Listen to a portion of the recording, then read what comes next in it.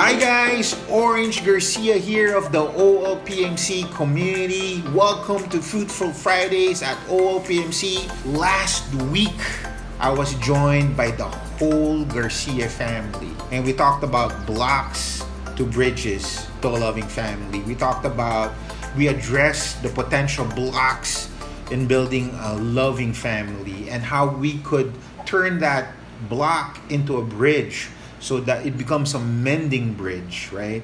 To make our relationships stronger. For this series, we're entering into a new one, and it's gonna be called Vitamin Character.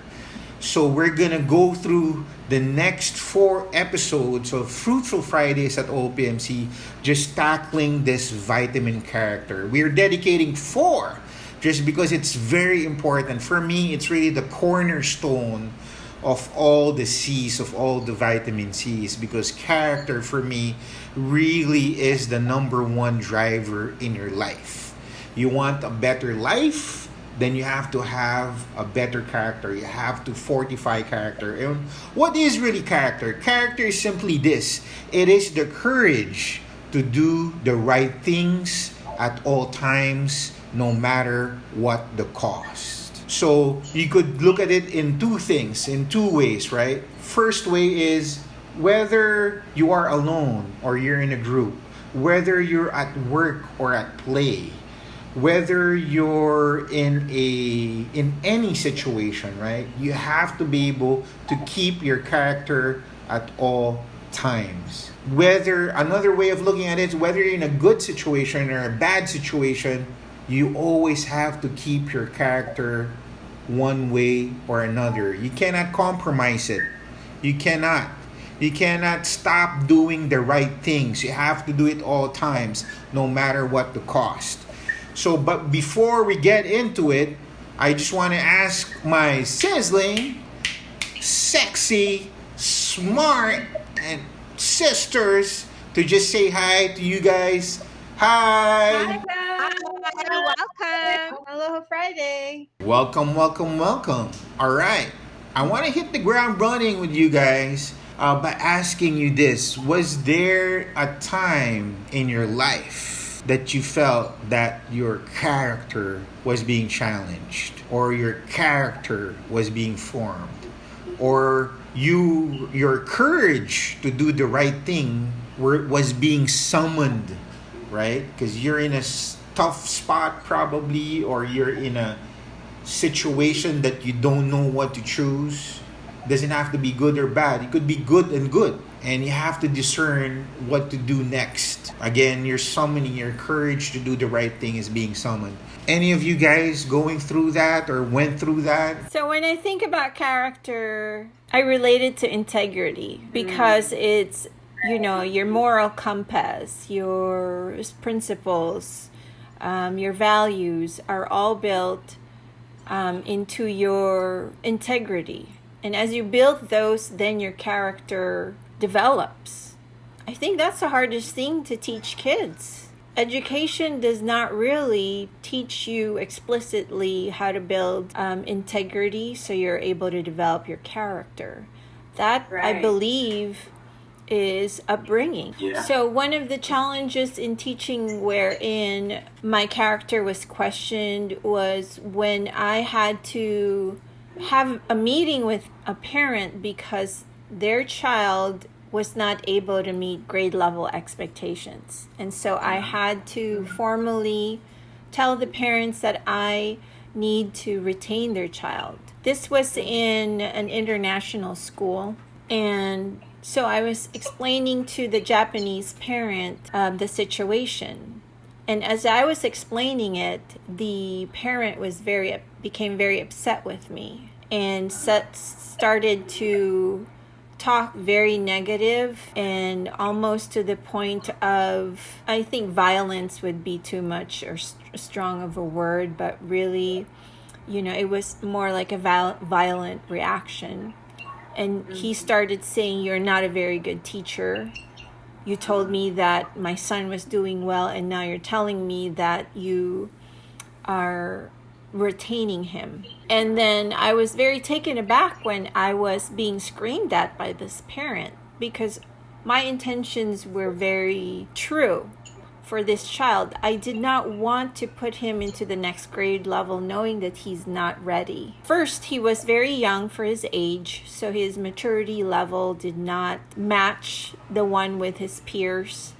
He had struggles with reading and math, and then there was a language barrier. So he was an English learner too. And so as the parent started screaming at me, the principal was very professional and right away stopped the situation and said, "I'm sorry, but you cannot treat my teachers this way. I have to end this meeting." And at that moment, I felt very supported by the principal, and I think that gave me the courage to know that I was doing something good for this child. And it made me believe that the administration or the principal had belief in me, or had belief in me. I think I really appreciated that moment, and I never forgot it. So in every other school that I worked in, it became a point for me to know that I'm working for a principal or an administration who hired me and who believed in my skills and in my character. Later on, this parent continued to show disrespect, so complained to the superintendent. And so I had to have a meeting with the superintendent. And then plainly, the superintendent explained and said, most of our expatriates who come to the school are expecting to have an American educator teach their child. And when he said that, I felt very offended, because he was simply saying, you're not American, and you're not white, and so you are basically not a good fit or not a good teacher to the students in this community. And he said, do you have something to say? And I said, I'm raised by my parents that when I have nothing good to say, not to say anything. And so the superintendent was surprised with my reaction, and I said, I'm sorry, but I was hired as a teacher. I'm a certified teacher. I know what I can do, and I'm capable of doing my job. I have only good intentions for this child. I know my character, and right now, if you are questioning my character, then I'm sorry, but I can't say anything right now, because nothing good will come out. That became, a really good learning experience for me to advocate for myself, to know my worth, and to, stand up for what I really believe in. Thanks for sharing that, Adi Peach. That's very interesting. That's the first time I've learned about this experience. So I'm just proud of you, how you held it up. One lesson that I picked up from that life experience is you always also have to not only have the courage to do the right thing for yourself, but the people whom you're actually serving. In this case, you were holding up your courage to do the right thing for the child, because you were thinking you want to prepare the child better academically, and probably in life in general, making sure they have a really good foundation in terms of learning. Am I correct? But as a leader right now, did you ever experience that you're in that place in backing up another individual, wherein you actually helped another person have the courage to do the right thing? Did you ever experience that also? Yeah, now that I'm a mentor to beginning teachers, I think that's one of the things that I teach beginning teachers, is to know how to advocate for yourself. Unfortunately, not all administrators are good at backing up their teachers in Western American schools. There's very few of them out there who does that. And so as a mentor, that's something that you can do and help administrators understand the needs of beginning teachers because they don't know how to advocate for themselves really at this point of their career. They're struggling and managing so many things on their plate. And so one of my duties, I think, and responsibilities as a mentor is to be able to communicate those needs to to administrators, make sure that, when a beginning teacher is having a difficult time, to give them as much support as they can and be able to communicate that clearly without imposing, or telling administrator you should be doing this or that, but, clearly, professionally communicating with them how we can support this beginning teacher so that she's efficient in doing her job. Thanks for sharing that, Adi Peach. Anybody else? How about you, Abs? I love Adi Peach's example. I think we've been discussing this about progressing a child to another level, knowing that there are skills not yet met. This is very delicate between kinder going into the first grade, I believe, and with the long-term plan in mind of keeping our captains with us from kinder to up until grade 10 and senior high if we do open. This has always been a challenge that I think we need to do better at facing on. I think you hit it on the head, Adi Peach. Like, first of all, having our teachers really be clear about having the courage, that they can actually do that. Dep Ed's requirement, I think it was for the age, right? So when you turn 6, right, it's very age driven. Performance driven. Correct. It's very age driven, and we've never agreed with that. It has to be both the age and the skills of the child. So because from kinder to the first grade, if you pass on that child, then guess what? And then on the first grade, that child's gonna struggle. They're gonna keep on missing that skill requirement up until that child moves to the upper grade. I think we have to nip it in the bud, but it really has to have a strong partnership with the parents, especially in the ages of the kinder and the primary, because our parents also have to work with us on this. As a parent, it's very hard to accept, right, when there are lacking skills. I mean, as a community in OLPMC, we do have bridge programs, We have bridge programs before a child starts kinder to kind of ease their way into school. Right now for CASA, we're offering that Saturday workshops. But we also have bridge programs from kinder to the first grade.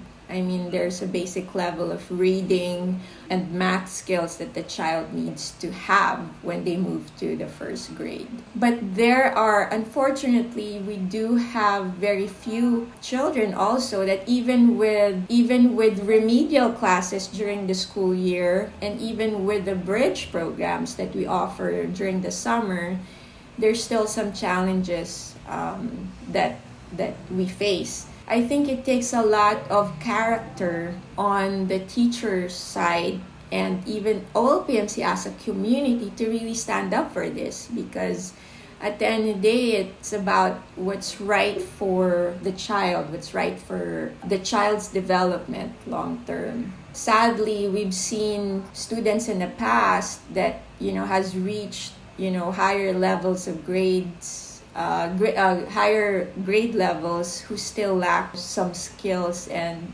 I think it's time that we really need to do something about it, and it takes a lot of courage to stand up for that. What I also learned from that experience was I wasn't 100% right. One of the things that I did poorly was to communicate to the parent that their child was struggling throughout the year. And so that was a good learning experience for me, because the following year I became very aware of progress of children and where they should be at certain points of the school year. So by first quarter, I know that they should be performing at this rate, or these are the skills that they should have gained or learned. And so if there is a lack of growth at that point, then I would send communication to the parents at that point. So that was one thing that probably made the parent upset, that I made a mistake with. I did not communicate that well, in defense of the parent. And I understand where he was coming from. So a lot of miscommunication really affected our relationship, unfortunately, at that point. I think it's important that teachers are aware of where students are at and what their weaknesses are, strengths, obviously, as an educator.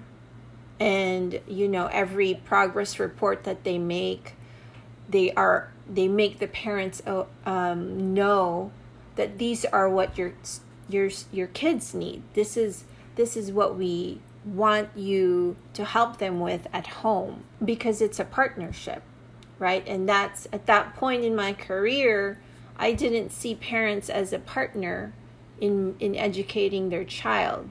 And again, that was another learning point for me. Following year, I just became a better educator. I was a better communicator. I was better at telling the parents, you're a partner and I will need your support. I can't do this by myself. I'm a qualified teacher. I'm a certified teacher. But at the same time, you also spend a good amount of time with your own kids, and the level of performance that they are able or not able to do. I love what you're sharing, guys, because what I'm learning here, and it just stopped popping in my head during both of your sharings, is sometimes, especially if you're being a person of character, you're not really just watching out for yourself, or you're not just watching out what the other person is doing. What I mean is you're not really focused on who's doing more right. You know what I'm saying? There's a Filipino term for that. Sino ba ang mas tama? Sino ba ang mas tama? Sino ang mas may alam? We don't focus on who's, I don't know if that's the right term, who's more right in a situation, because some of us may be limited by policies, right? Is it whose argument is better? Correct. Whose argument is better? Is it, at the end of the day, we're all right in one way or another. At the end of the day, we fall short in one way or the other. But being a person of character is really focusing on what is the right thing to do. It's not who's the right person in this room or in this situation or in this negotiation. We're always we should be looking at the same thing.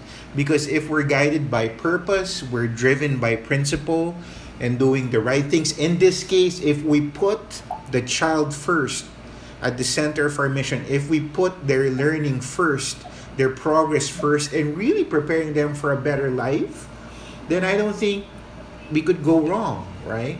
I think everybody could uphold their character in that situation if we put that purpose and that principle into play. Your ultimate goal really is to know what's best for the child. I'm glad that nowadays Department of Education has discouraged retaining students, except if they're, in kindergarten. Then a team of teachers really go through intensive testing for that student to make sure that they're ready to go to the next level.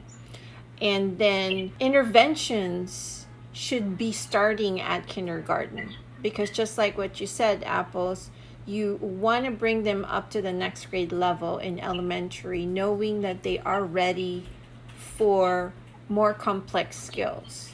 Because if you put them up there with a low level of readiness, then they will never experience success. Every grade level that they go up to, they will be a struggle. And so it's like you're putting on the gap on top of each other. Yeah, the gap widens as they move up to the next grade level. And just when they start in kindergarten, it's thinking about their experiences before they even started. You're going to have kids who are already ready for first grade at kindergarten because of, their economic, social status. And they had more exposure. They know how to count, how to read. And then you have kindergartners who had no experience at all with these things. And according to Montessori, by age 3, part of a child's character has already been built. And so you want to keep on continuing to make sure that they should progress and be on track. I might be paraphrasing here. One of the things that Montessori recognizes is the person within. He calls it the man within. The future belongs to the person within. So even as a young child, we have to be able to honor and respect that future person within that child because you're molding that person. Yeah. So when I think of character, it's about doing the right thing, what is right, and what keeps you grounded. And what stands out in my mind when I think about character is being truthful the best you can at all times, and having the sense of there's a supreme being, always in tune within you, keeping you on the right track. And along with being truthful comes with that honesty and stuff, right? I never had a challenge with that. I feel like it's true what they said, the truth will set you free. It's a great feeling. And I think it's the easiest path, when you're just sharing what is true to you and true to the situation. So one story I could remember was, oh my gosh, Cameron, who is my son, who's already 22 now. Because I stayed home for a couple years when I had him. I gave up my career as a computer programming to be with my kids. So we were at a store. I think it was Sam's Club. And so I had him in the stroller and we were grocery shopping, right? Well, it was only like a quick shopping time because I can't have a stroller and a cart. I don't know why I probably didn't have a car seat or something. I don't know. I forgot. But this is what I remember. Oh, I just have to grab a couple of things. I don't need a cart.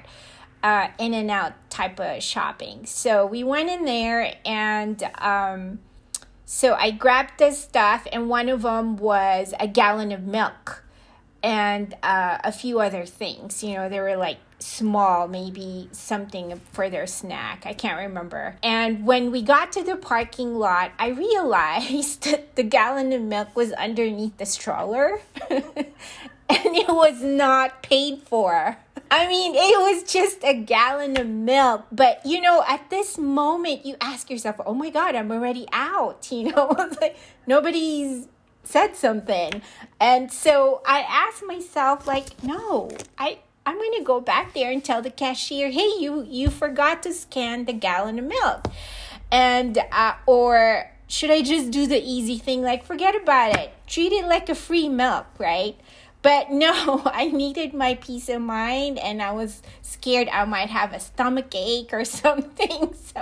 So I went back in there and I told the cashier, hey, I know this might be weird, but I just wanted to let you know that there was a gallon of milk underneath the stroller and you forgot to scan it. And she was actually surprised, wow, not a lot of people do that nowadays. That's what she said. And I said, I know, but not for me, So that's one of the things I remember. And it makes you feel good, every time you do that. And another quick story, Camille, my eldest, she's 27 now. They were attending the Catholic Catechism class. So the way they do it here, since they go to a public school, they have to complete their Catholic Catechism through an external class. Okay, it's part of the church. And they had to go to, part of the parish was, there was a private school attached to the parish. And so it's a classroom during the day, and at night they allow the kids that are attending the Catholic catechism class to use the classroom, right? And so I picked up Camille after one of the class, and then we got home, and then next thing you know, I saw her with a set of coloring pens. I was like, where'd you get that? And we were kind of broke back then. So I knew we did not buy that. And then she said, I got it from the classroom. I was like, what? Oh my gosh, whoever desk you sat on, she's going to look for that the following day. And the problem was the school had already closed. But no, I insisted that no, you're going to return that and we're going to find a way to put it back in there. And so we drove back, nobody was already there. And I said, no, we're going to look for someone. And we did. It was the janitor. And we snuck in, I forgot how, through this small gate. And the janitor was like, I'm sorry, we're closed. And I said, no. You don't understand. My daughter grabbed this set of pens and it's not hers. And we just want to return it.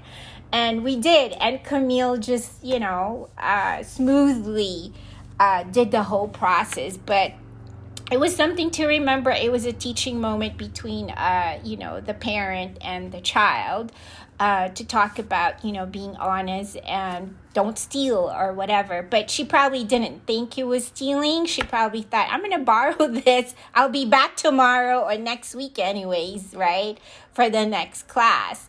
But yeah, so that's what stands out to me. And it makes me feel good all the time, just being truthful. Even with my communication, being honest about my emotions, my feelings. It just makes everything clear. It sets me free. I have a peace of mind that I was able to express myself, and it builds, my character powerfully, and the relationship, which is part of our daily life. So yeah, that's my story. Thanks for sharing that, Adichie. What I love about it is, summoning or fortifying your character, summoning the courage to do the right things doesn't have to be a big thing or a big deal. You do it even in the small things like that, in small items. I remember I think there's a Bible verse that says, if you're trustworthy in small things, that you could be trustworthy in bigger things, right?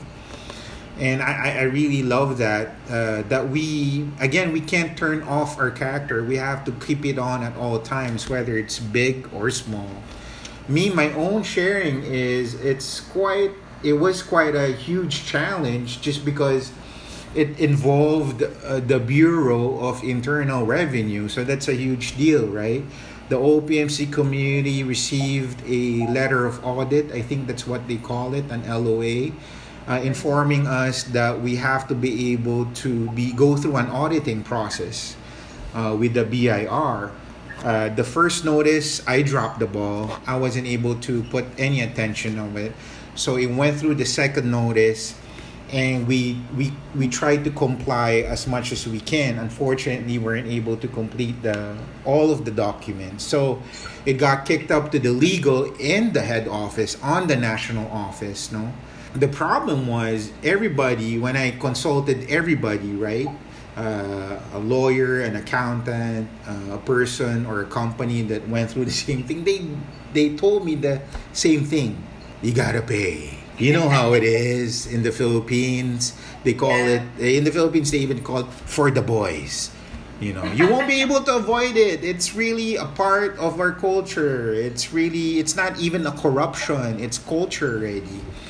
And I was like, you said it right. The truth shall set you free. Because I was trying to say, man, I'm publicly saying I'm a nation builder. And here I am. I don't want to be. You can't be a nation builder and a tax evader at the same time.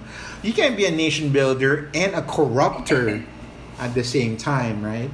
So when I went through those meetings, when I met with the lawyer from the bureau and the head of auditing from the bureau, I just hold on to that truth of who I was as a nation builder.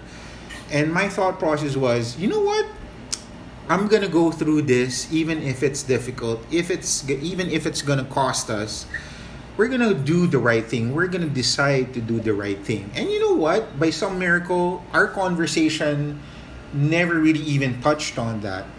The flow of conversation was, I was telling them, I want to do the right thing. And they started saying, we want to help you do the right thing. And I say, how can we do this the right way? This is the way. They were the ones giving me the solutions.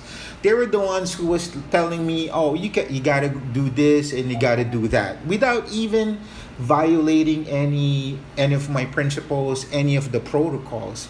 And at the end of the day, like what I was saying, if you just try to do the right thing and not figure out who has the right to say this or who's more right in this situation, I think it just flows, right? There's that goodness, innate goodness in each and every one of us. Because everybody was telling me, man, that's the most corrupt bureau or department in the Philippines, BIR, right? But in my heart of hearts, I wanted to go in there. And my thinking was, these guys, their job is helping me pay the right amount of taxes. And that's what we went through. That's how the meeting went. It's really us helping each other how to be able to correct. If there were any deficiencies, our thinking was just to correct it. So it just flowed. I was set free. And maybe that's a big thing, or maybe that's a small thing to someone else out there.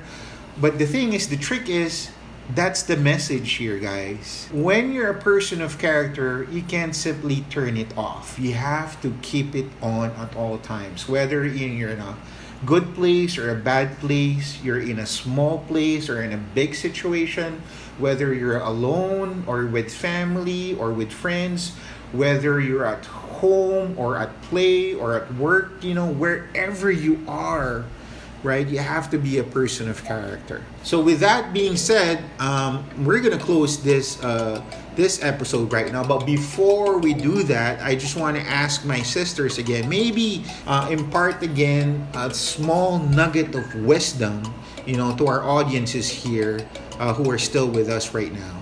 There's a saying that goes, your true character is proven when you are alone, right?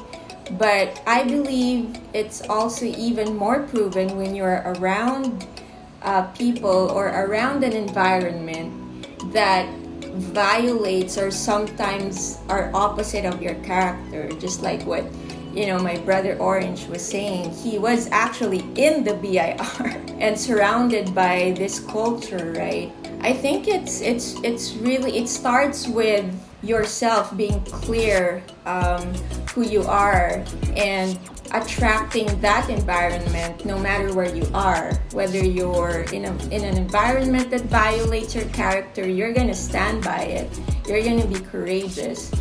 Whether you're with maybe friends who are trying to influence you in a not good way or in a bad way, then your character is the one that stands at the end of the day.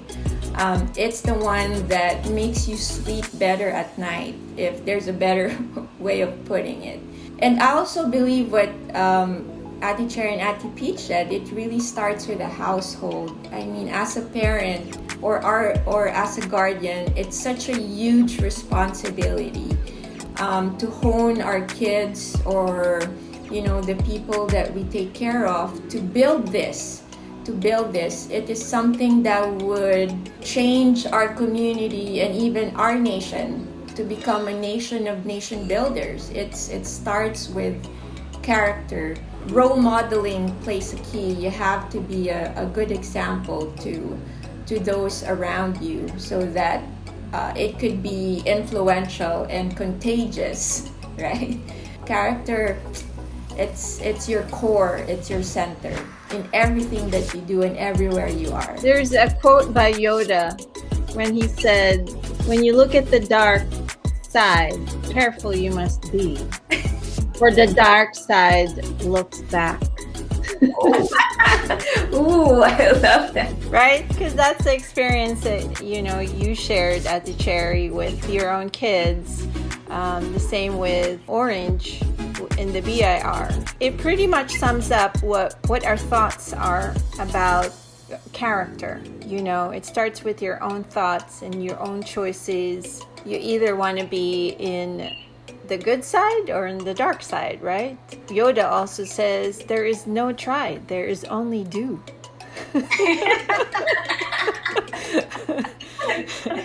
So basically, you want to be the change you want to see in the world, right? That's the basic message of your own character. That if you want to see the changes in the world, then it starts from within you.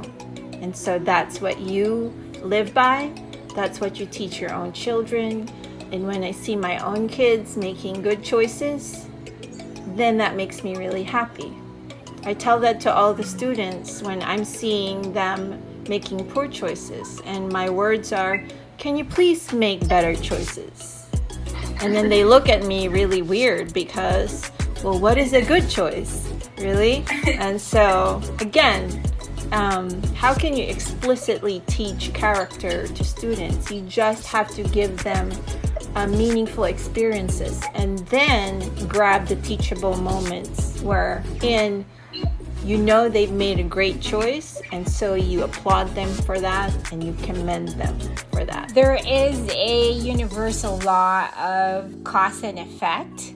In everything we do in life, there's always a consequence. Just like character, it takes courage to do the right thing, and same on the doing what is not right. It takes courage. Either way, it takes that energy. But keeping in mind the universal law of cause and effect, it keeps us grounded, in tune to your values and your principles. And, whatever we do, let's take a moment to see what is the consequence to my choice right now, and where is this going to take me? Am I going to be happy about it, or am I going to be ready for the consequences? Either way, there's always going to be a teaching moment, whatever we choose.